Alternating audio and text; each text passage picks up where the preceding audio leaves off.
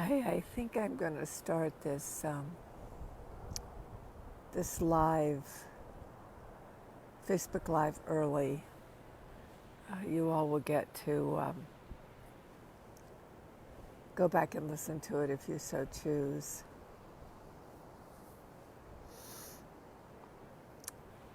Just going to kind of update the activity that's going on here. But before I get into that, I want to address a couple of things. One is the power of a human being exists in the human being's capacity to exist in awe and wonder. And mostly human beings don't. They operate in an experience of trying to figure out what to understand, what is the truth, and that awe and wonder is lost to them because in the process of trying to figure out what the answer is or trying to figure out the truth, they lose touch with their direct link with creation.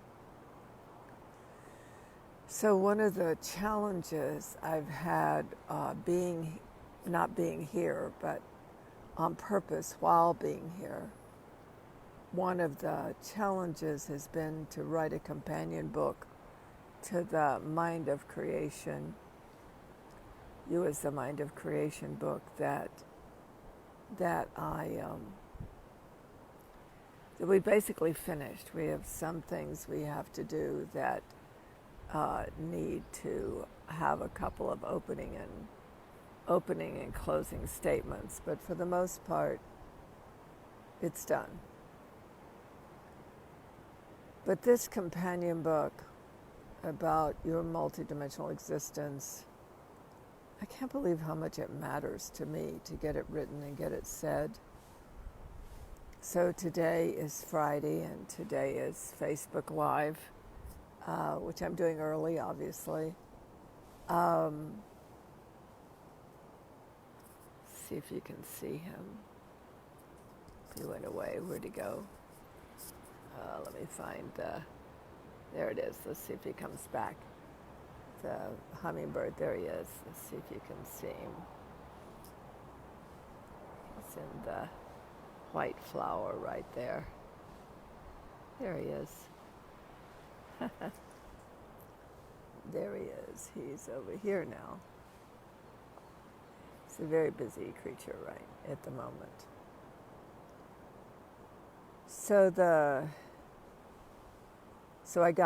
Today's Friday. I got here last Friday. Of course, that was a getting here day. But Saturday, Sunday, Monday, Tuesday, Wednesday, Thursday, I've been busy actually catching up and designing the next year. Hi, Linda. I came on early on purpose. I just had to, basically. But this whole notion about existing in awe and wonder is a really important part of what it is to be human. We get lost in finding purpose or having a reason to live or having a reason to exist. And the problem with that is while we're trying to find a reason to live and a reason to exist, we lose existing and the wonder of our existence. So I really, really wanted to write this book, this companion book. I really wanted to write it. I didn't feel compelled by purpose or mission. Well, I guess I did, but mostly I felt like I I just needed to try to bring something to words that isn't easily word centric. So there's a phenomenon of our existence. I'm going to try and get myself where I can. There we go. Let's try that one where I can hold the phone. I can't bring my computer out here. It's not. I wanted to do this, and I can't bring my computer out here because it doesn't have enough battery life, and I'm not sure the internet will hold out here. But this, your multidimensional existence really matters to me because it's literally the magic of being human. It's literally what human beings are. And it's literally not separated out from anything. It's just the way it is. So, yet a series of events started to happen, and that's really the synchronicity of our direct link with creation. It's really quite remarkable. Because when we put pressure on ourselves, when we have this intense need to express ourselves, or this intense need to be part of expressing ourselves, as some awe and wonder that we have an experience of. We are actually being nourished and fed by that experience. So this whole idea of needing to contribute to others, that's well and good. But the real impact of our existence, the real fulfillment of our existence, lives in our ability to be directly related to what we're experiencing and to be in the awe and wonder of that experience.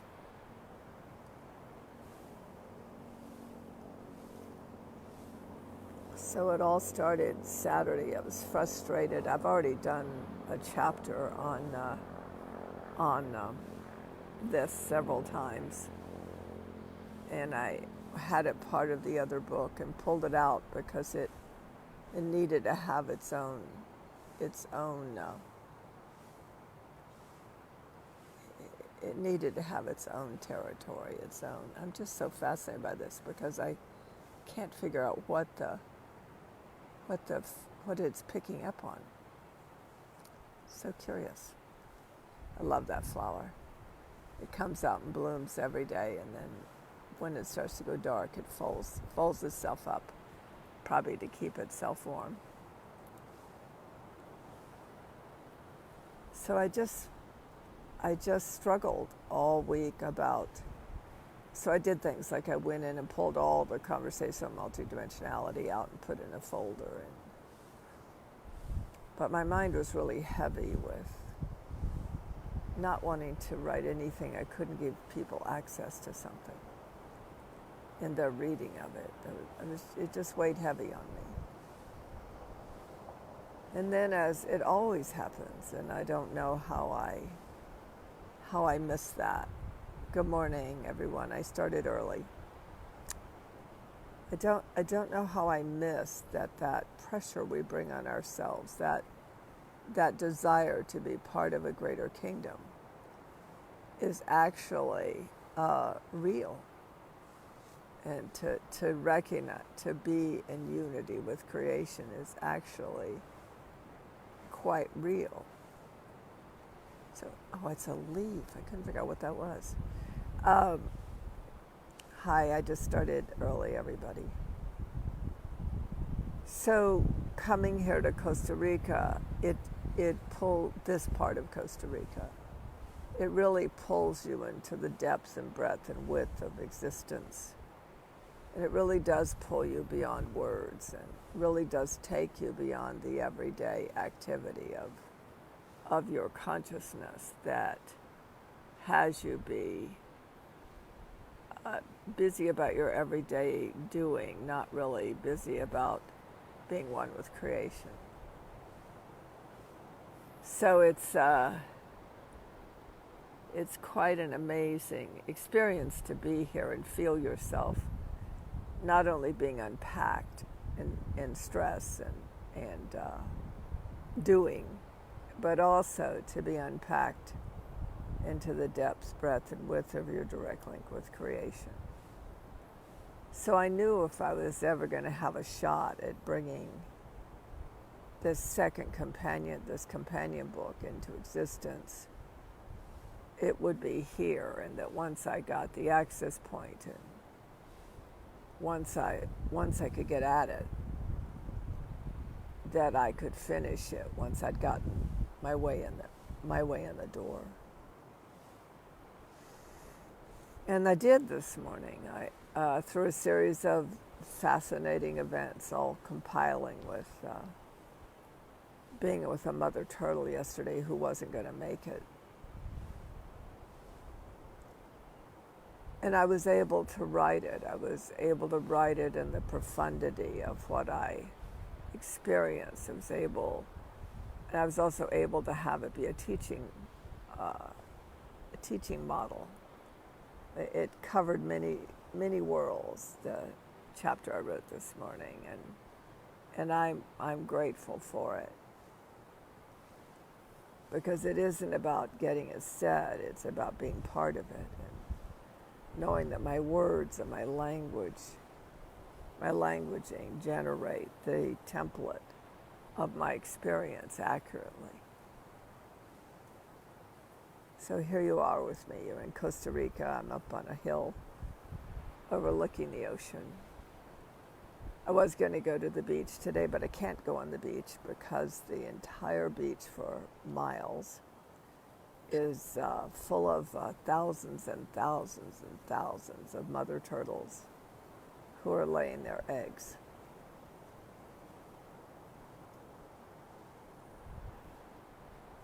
So I had this thought today that I wanted to express, and it really is the basis of all the creation templates. I'm sure that it's why they were sent to me. I'm sure it's why I promote them. I'm sure it's why they make the difference in people's lives that they do for the people that use them. It is where the human mind and the mind of creation need to have the ability to be metacognitive with one another. In other words, we need to be able to think our direct link with creation, think our experience, think our way of being, not think about it, but to be able to think with it. So yesterday, I have this precious little, afraid I'm going to move it too fast to get him. See if I can. Got them gathering all around me. I'm not even sure I can visually show him to you. Basically, because I'm my son. There he is. And there's another one here on the rock. Everybody gathering for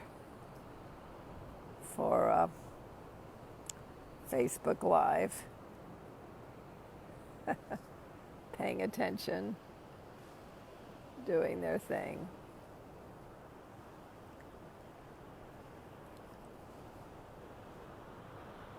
It's coming closer.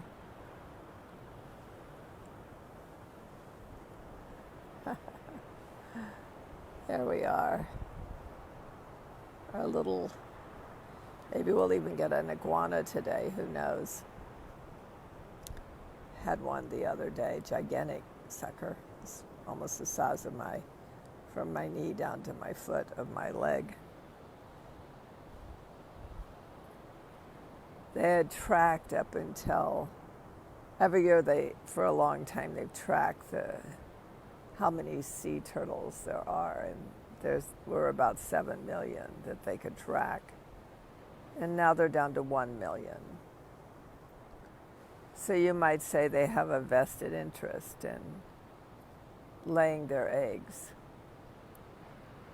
and a vested interest in their eggs being able to be born into smaller turtles that then can make their way to the sea and be part of the ecosystem, continue to be part of the ecosystem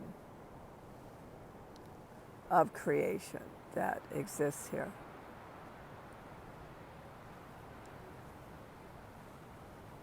I am reading your all's comments even though I'm not responding, so thank you. I was interested in what I'd be like today trying to talk because I've really been deep in the heart of the mother here, and I really have a promise to myself in regard to doing Facebook Live that we just spend time together, that I don't try to teach or inform, but it's kind of hard not to inform because you're part of an experience that, just like when you see a movie, you're part of an experience that you really do want to share. This is my flower that opens every morning, and she's beautiful. So for those of you that just came on, I started early just because I was so here and so present to the water and so wanted to see if my internet worked. If the cellular data worked out here, and I couldn't bring my computer because it didn't work out here, that I just started thinking and talking and thinking and talking, and you all are now part of my thinking and talking. So of 7 million sea turtles that they could track several years ago, we have 1 million that they can track now.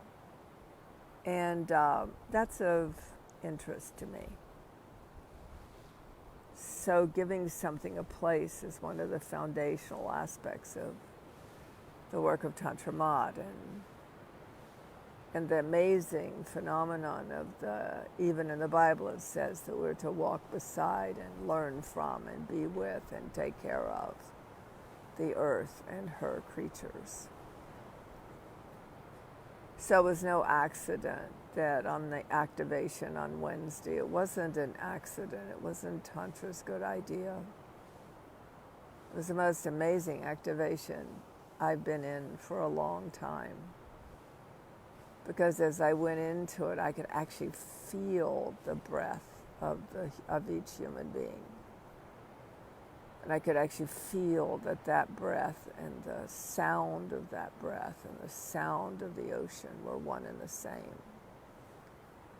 And basically that's a first dimensional experience, which is what I'm writing, what I'm presencing in the present little companion book I'm doing.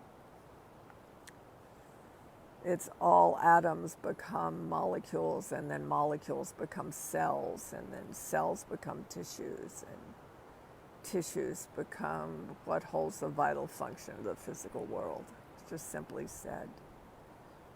So we called that atom is the baseline of our existence. It's our miracle. It's what formed for absolutely no reason, no logic, no cause, just became. And so to be in that activation last night and to feel that atomic nature of breath and sound and heart was truly extraordinary. And just it isn't that human beings aren't capable of that. They are actually capable. In fact, the group of people on that call, on that activation last night, where I was actually struck. It's the swimming pool overlooking the ocean and the jungle. But which is really very important when the temperature gets hotter today, which it will shortly. That's why I'm sitting in the shade. Otherwise, I would be quite cooked.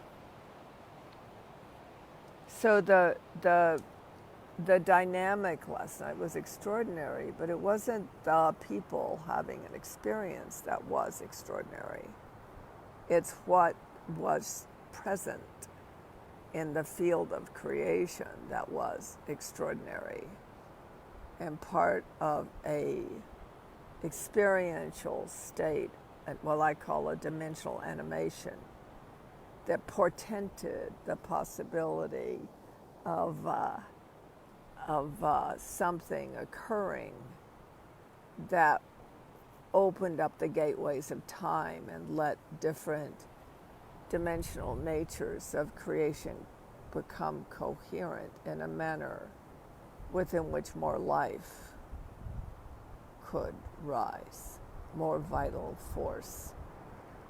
And that vital force is what gives access to life. So there was a series of synchronicities, because towards the end of that activation transmission, the heart of the turtle, the mother turtle, and the heart of and her breath, which is her life force, her prana, and the ocean, and the people on that call just became dimensionally animated. And that dimensional animation generates life force energy. It makes the life force vitality that the physical world requires. It was enhanced and increased in its potency. I have to come back and write that down.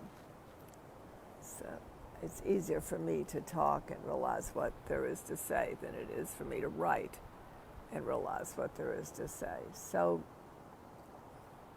thank you. But then it wasn't any accident that I went into this meta state in my dreams of being under the ocean out there. By the way, those little ripples you see, you might see them out beyond see if I have my sunglasses on because I literally broke my other ones in a way that they can't go on my body. But if you can see some of the kind of shading in the water, it's actually the mothers coming in. They're still coming in. We have thousands of turtles stretching across a 3-mile section of beach. Thousands and thousands and thousands. And you see that little white, almost like a little white underneath the water. Let's see if I can see what I can do about that. I can't tell because I've got my glasses on. My sunglasses, and they don't see. There's the wave, so I'll be on that. You might be able to see like a white underneath the water, kind of like in a straight line pointing from me out there towards me, and that's the turtles coming into the shore. And we're not where we can see the beach, so we actually can't see them come in. I might be able to. If I do, I'll there's one area like right there. Where is it? That we might be able to see them come in. We'll see. We'll see how it goes. So out there under the ocean in my dream state, I was looking upward and seeing the underbelly of all the mama turtles, their belly, their hard shell belly glistening with life. And then they'd look down at me, and then they'd look up towards Punta India. It's a beach here. Over and over and over again until I realized that they were asking me to come there. That is what a cellular empath is, and it's what every one of you is. It's your dimensional existence. It's you as your dimensional existence. Sorry for moving that phone. I'm going to see if I can get, because those are definitely turtles coming in. And I'm going to see if I see their shells, which is kind of hard because it's the same color as the ocean. But if I see them coming in against the white caps, or anybody else does. Oh, sorry. Trying to hold my phone still. Sorry. Didn't realize what I'd done. I apologize. I will, I'll stand up and see if I can see well enough to see you see. Actually, they are coming in. All right, let's see.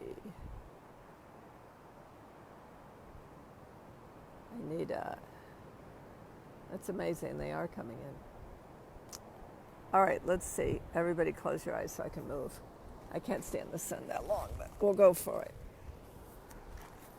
Come out here. This is really hard because I'm out in the sun and the reflection on the phone is even worse. But let's see. So let's see if we can do this. There we are. So what you want to watch, if I can do this, is between the white waves. It's not now. Between the white waves, you'll start to see, I don't see them yet, but it'll look like, see how smooth the white waves are, and then you see kind of like no waves, and it looks like a kind of a folded piece of fabric. Well, at some point, rarely, let's see if I can go over here. Yep, that's good. You can see that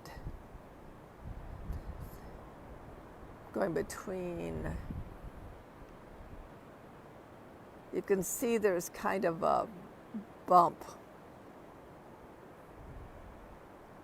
It's very vague. It's not like we can, there we are. I think I'm headed right at it. Wish I could see. If I take my glasses off, I can't see a thing. There we go. But at least you can imagine.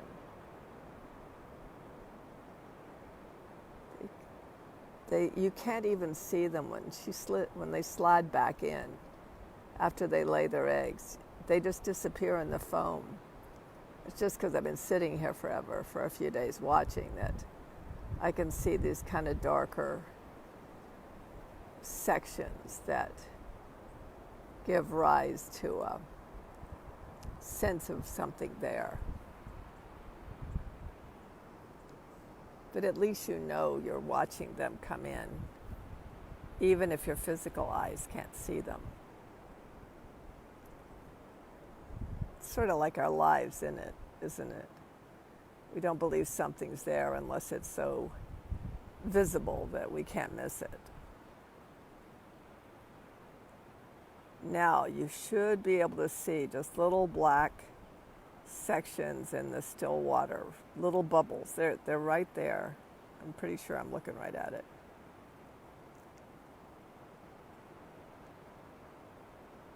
Good enough. Good enough. It only takes 10 minutes to scald your back, or your arms, or your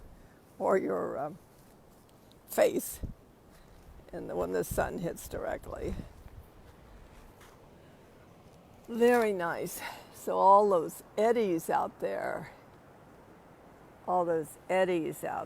are full of turtles still coming in.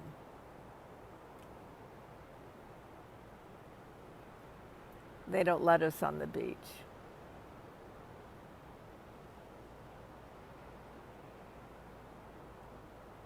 I'm a little curious if you can feel it. Feel something. There's not an it to feel. Feel something. Now let me see if I can get my arm still again.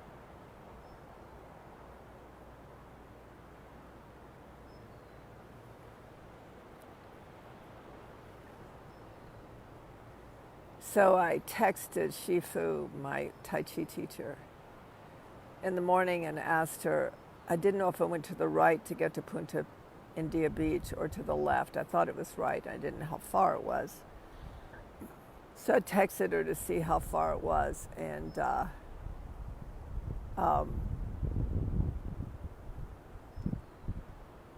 if it was to the right. And she wrote me back and said she was headed there. She was going there to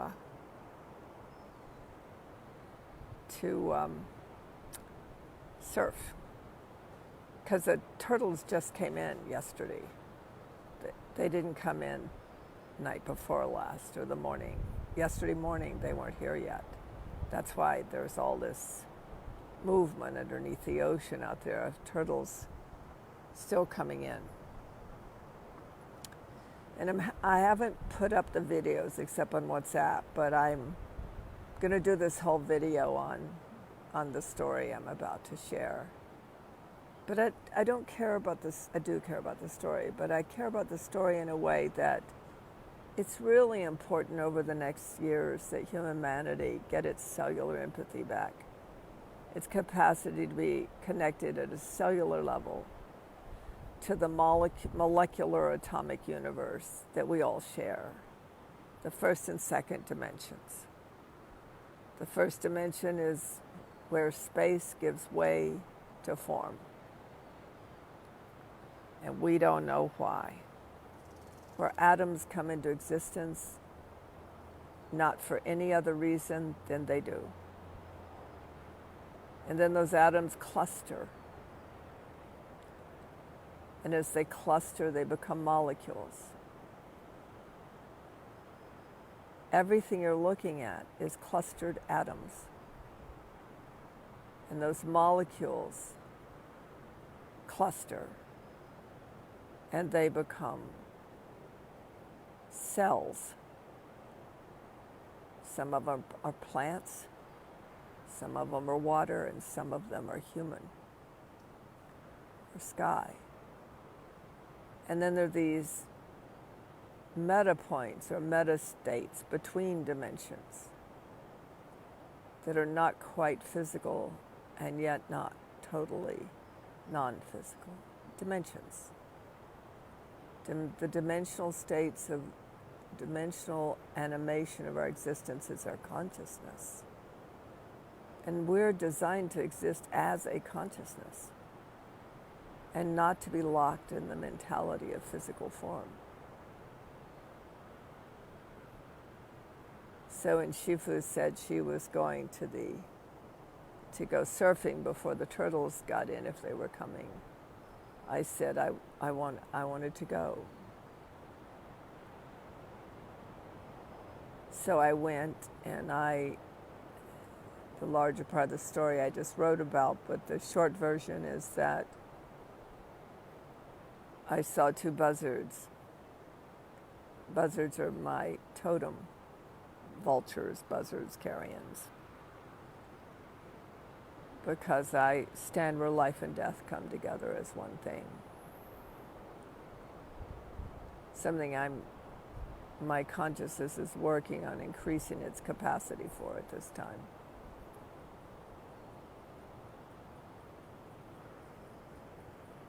And so I walked towards them. I walked towards them, and as I walked towards them, I noticed there were 9 vultures on top of a turtle. She was ill or dying, I'm not sure which, but exhausted. They weren't pecking at her yet because they don't go after you unless you're dead. One of the fortunate things about them. And if you're in that dilemma of a buzzard waiting for you to die, you just have to move your finger. He won't touch you until you're dead.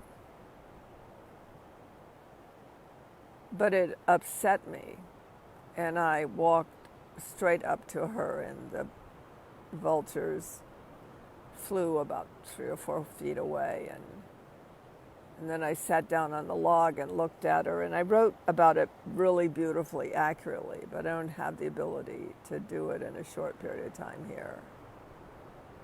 I just didn't want her to die, and I wanted her to move because the sun was on her, and it was going to kill her. That's why they come on and lay their eggs in the early dawn before the sun hits the beach. That's why they come here. It's only 3 beaches that they come to, and this is one of the 3. And it is my emotion, my empathy, my glue, the glue she and I are part of, that tugged at me. But it also tugged at her. And she opened her eyes, and I said, "You've got to get out of that hole." But it wasn't like I directed her and she understood human. It was my atomic molecular unity of creation that was stirring. And in that was a life force vitality that stirred her. And it took her a bit. But she worked her way out of the hole. She dug to lay her eggs. Went up about maybe 5 feet, maybe more, and began digging all over again, slowly and carefully, not like the other turtles that had more energy, that looked like when you see a dog try to dig to China at a sandbox. And so then one of the vultures was probably 3 feet from me, and clearly for me, the alpha vulture, I guess you'd say. And I write this so much better, but it isn't like I'm instructing or I'm trying to make anything happen. It's observing what I'm present to and what I'm opening up into, and seeing what happens in that opening up, seeing what we start to have together. The vulture, the eye, the sand, the turtle, all of us together in a unified field of creation that we're all participating in. But I said, because I like to talk, I like to articulate resonantly what I'm directly experiencing. I don't know if you can see it. There's definitely, so if you can see, keep going a bit. Oops. Almost brought one of you on. You can't. Let's see if we can do this. If you can see the white out there, there it is. That's definitely turtles coming in. Little strange white areas, and then they come in and they're kind of little dark areas in the waves. Not visible. You have to have the subtlety of sight.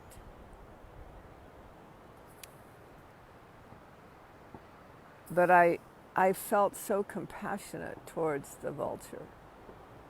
And in my resonant articulation, I actually said out loud, because I trust my audible speaking, I trust the resonance of it and the glue of it and the transmission of it and the activation nature of it. And I said, it must be so hard to only have one way you can be, which is to eat the dead. I think we should start a different pattern today. Can we do something different? And it wasn't like I was talking as a human to a vulture. It was that I was in an experience of being called there, a metacognitive experience I brought to language, of being called there. And why would I have been called to witness when there seemed to be something to participate in more than to witness? And it was very interesting. I don't think I got that on video. I did get the next part on video. But he cocked his head. And then I'm assuming it was a he. The odds are good it was a female, though, just to let you know. We'll just use the terminology of he for now. Let's see if we can move over here so you can see that white grouping coming in. And he shooed off the other buzzards, and they went probably 50 feet down the beach away from us. But he stayed. And then time sort of stood still. It takes a while for a turtle to dig a hole. And she was weak, so it took her longer than most. And then this other video I have, all of which I'll glue together, it's really fascinating. She's like bouncing up and down, depositing her eggs. And then he came back, he'd walked away, and he started navigating towards her. This is the part I think I wrote really well, and I'll try to do it in language as best I can. It wasn't, it's all about what you take space for. It's not about making something go away. I never shooed him. I didn't know what was happening in creation. It was a shared experience. We're all participating in our own fashion, being our own direct link with creation, and I really had no idea what was the end result would be or what might happen. I just knew I was asked to participate and I was going to. And I had a preference. Preferences are always where you go. So I just took space. I started walking around her, trying not to get in front of her so she didn't get agitated with fear, because I would use her life force energy. See if y'all can see the one coming really close. There's like a straight line right above the tree line. Those are turtles coming in. Cool.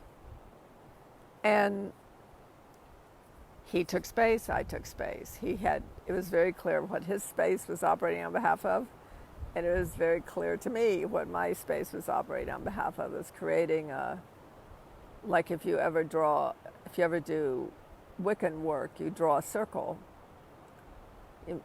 You claim space, and in that space, things can occur. You can make magic. You can control the energy. You can fill it with life force or life force vitality. And I couldn't walk in front of her, so I zigzagged. He zigged, I zagged. He zagged, I zigged. And then he gave, and flew away, and it was just me and her. And then she began to spin in circles, which I also got on video. Literally the best covered up hole you ever saw in your life. I mean, you couldn't even tell anybody been there by the time she was done. And then she laid her head. How you know a turtle's spent is their head doesn't go back in their shell. It just lays there. She was so weak. And I saw Shifu out in the distance, so I beckoned to her to come join me. She's like life force energy. She's like chi personified. She is amazing in every manner. I just come to be around her because her vital force is so intense and so brilliant and so committed to life and what has us exist as whole. I can't see a thing now. I'm moving my camera because I can't tell. There we are now. I'm back where I can see again. Let's see if I can. There we go. All right. So I called her over, and she came over, and the minute she saw the mother turtle, she gasped and she said, "Oh my God, she's out of energy." And I said, "I know. That's why I called you over." And it was our caring, our love, our wanting her to live. It wasn't our human ability to be powerful over something or control events. This idea that human beings can control events is crazy. So you should be able to see out in the water maybe the white gathering point out there. We'll see. We'll see later what you can see. I'll read the comments. And so we just stood there, and she was still frenetically, every now and then, lifting her head and trying to cover even more. And I said, "Come on, let's go. Let's see if she'll follow us." Because you just do what you do. You don't know the answer to nothing. So we walked down where she could still see us, but we were out of her way, so she could take a direct shot to the ocean, which is what she needed to do to be okay. And we caught part of it on tape, and then I got so excited I turned the camera, so actually part of the video is sideways. But I just kept saying, "Come on, girl, you can do it." And she was saying, come on, we're with you, come on." And it was so awesome. She lifted her head and looked at us like, what are those strange creatures?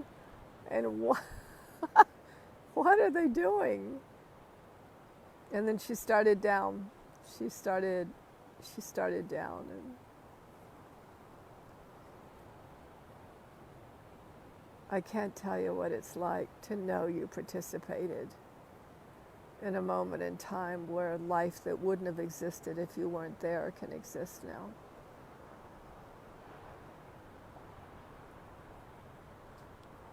It's awesome. And it also builds the life force energy back in you. It returns you. You know, the first person on the call today, this is how I keep from suffering from depletion. Most human beings give, but they don't realize that they're designed to receive. And they receive by their bond with existence and creation, whether it's a house or a person or an animal or a plant or a sky. It's the shared field of connection that restores us. There's no energy outside of you. There's only energy, and that connection rebuilds it, restabilizes it, reconnects it. And our world for a long, long time in the human realm has been depleting the life force, the vital energy in human beings.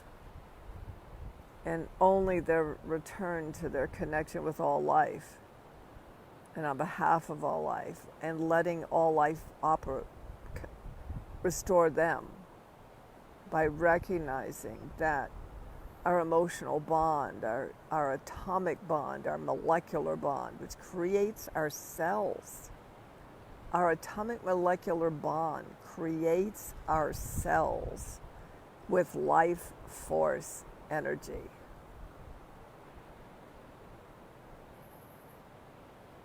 And right now the human system depletes life force energy at an alarming rate of speed, just like the depletion of the field of the mama turtle is depleting. The life force energy of the planet is depleting. Whatever's using too much of it will go out of existence, because she lives to have a vital life force that takes atoms and molecules and makes cellular systems of plants and animals and elements that have this place be paradise. And that will not cease. That will not cease. Human being as we know it might cease, but not this planet and her forms. So the thing for me that I will never forget and lives to restore me every second of my life is the moment I was walking beside her and then I stopped. I was walking beside her maybe 5 or 6 feet away, outside her zone of intelligence. It was taking her back to the ocean. So I wasn't a distraction, but I was a partner. And then she stopped. And she turned and looked at me like, come on. And so I started walking with her again all the way to where the wave came in and the foam came in, and that was hers to do.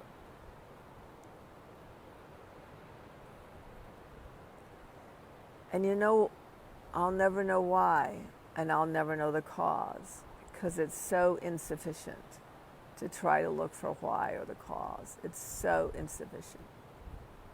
And human beings use up a lot of brain power trying to figure out why or how, without just being in the wonder and awe, which started this conversation that started before the top of the hour. So y'all can go back and listen to that if you like. But then I was dysfunctional the rest of the day at a human level. I was so in the atomic molecular state of my dimensional, of a dimensional animation, that I was not recalibrating out of, you might say. that I just spent the day what we might call zoned, which we also don't think is a good thing, do we? We think we shouldn't be zoned. And yet we really celebrate the Tibetan monks who can meditate for 14 hours a day, and the people who can go out in a forest and regenerate by just being there. But our mind doesn't give us much rest with its dysfunctional state of operational state. Well, what's so really fascinating is what I'm seeing happen with all of you, whoever you may be. And it is a you if you're on this call. Because whether your human identity is still busy chattering about it's self-degrading, it's and self-depleting thinking, your atoms and your molecules are generating new cellular possibility. And that activation on Wednesday was evidence of that. And the occurring dimensional animation that I and Shifu and the turtle and the buzzards and the sand and the ocean and the beach got to share.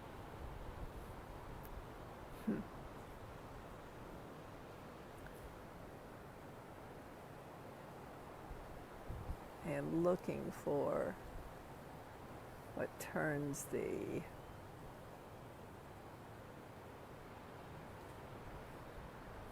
I can't. Oh, there it is. Nope.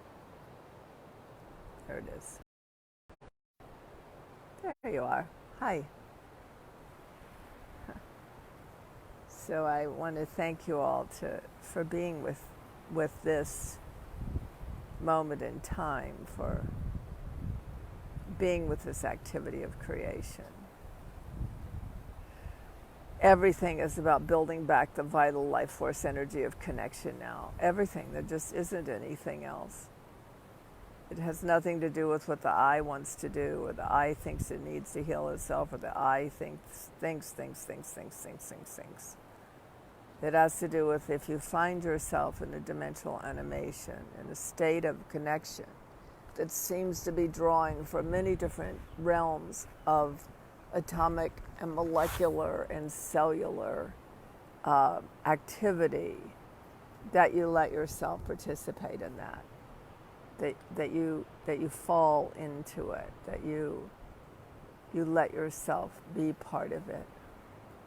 I wanted to also share with you an interesting occurrence, which there was a young woman here cleaning the grounds while I was when I started the call before the top of the hour, because it just felt called. I felt called to start the call before the top of the hour.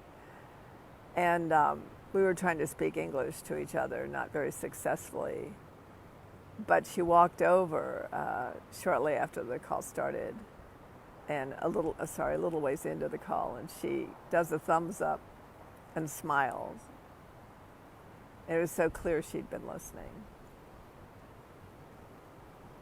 You know, we never know when it's going to happen anymore. We never know when these dimensional animations of creation will occur, bringing multiple complexities of connection together. And the only part we care about is our feelings, our sensations, our sentiment, our imaginations, our dreams. And there's no doubt that the thinking will get worse. I doubt it. I doubt it. It's a structure. It's a neural structure that's self-defeating, because the self is not individuated. The self is that dimensional animation of your multiple dimensional existence. You as that multi-dimensional existence. So it's a little bit like having a canker sore, or having a stuck, frozen shoulder. It's going to be weird trying to come out of it, and particularly for people that identify was self-defeating and self-defacing thought patterns. I mean, why would we ever on our worst day even think that was real? But when you have a whole tribe, a whole planetary tribe saying it's real, it's really hard to shake it. So we just got to make it through. We got to help each other make it through, because there's also the concern that if we believe it to be so, we'll harm ourselves in some way or we'll be harmed, which is also bull. And it's interesting to me, the other thing I hadn't mentioned is there are 3 people in my life, one recent, one a beautiful little 13-year-old girl, all of which have been told they're crazy because their dimensional existence is not separated from them. It's interesting that they're dominant for me right now in my time here, and they're the inspiration that has me stay in with this little companion book, because I too was told I was crazy when I was 16, except for a psychiatrist that told me I just still had my multidimensional existence, that it had not left me, and I had not left it. I just was unaware. So every time I work in this book, and I work to language it, and I work with the struggle of trying to present something that the very how we put words together doesn't allow for, I just think of them, and of that 16-year-old little girl that, if it hadn't been for Dr. White, I don't know what would have happened to me. And this is what happened to me. And it's all because I recognized and was shown how to recognize that I am a multidimensional existence, and that I'm not isolated to only one existence called human being, and that human being is a very young, hardly well-formed aspect of what I am. And that's important. That's important for us to consider.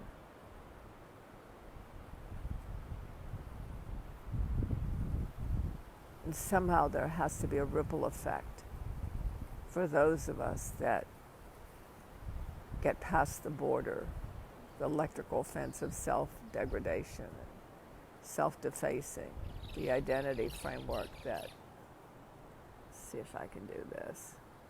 Oops, sorry. See if it comes again. The identity framework that is like an electrical fence. When we run into it, it shocks us, and we suddenly feel ourselves spiraling down into an abyss of grit and dirt, dirty experience. Dirty meaning it feels like we're caught in some kind of quicksand or some kind of depression. But the truth is, we just got to rot it out. And we got to stick together.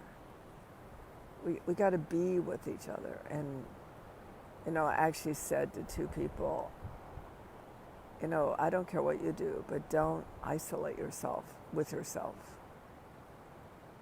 Stay where you can be nurtured and where you can participate in conversations or you can be present to conversations that build you back while your matrix of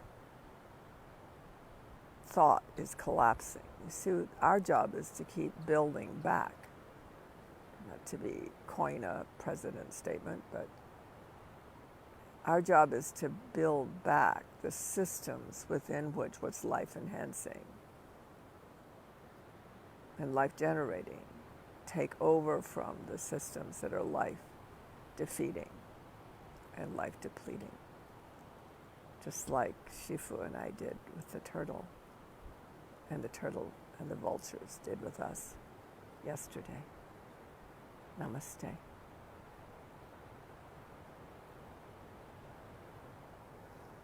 just do a panorama of the area, since I have no idea how often I was shaking the video and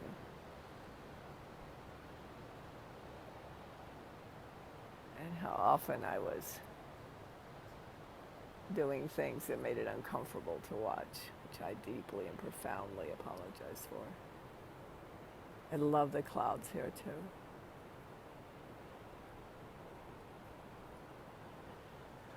Breathe in. Breathe it in. Let it feed you. The beautiful thing about being a conscious being, a dimensionally animated existence, is we can be anywhere. All it takes is us being present and not to think in here and there, but to think out here. We are everywhere. I'll give you the back of the house I'm in.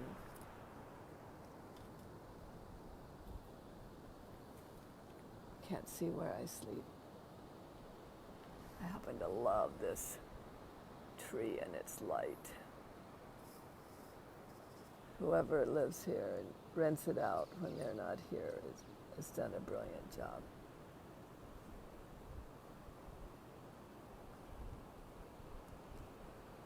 Have a blessed day.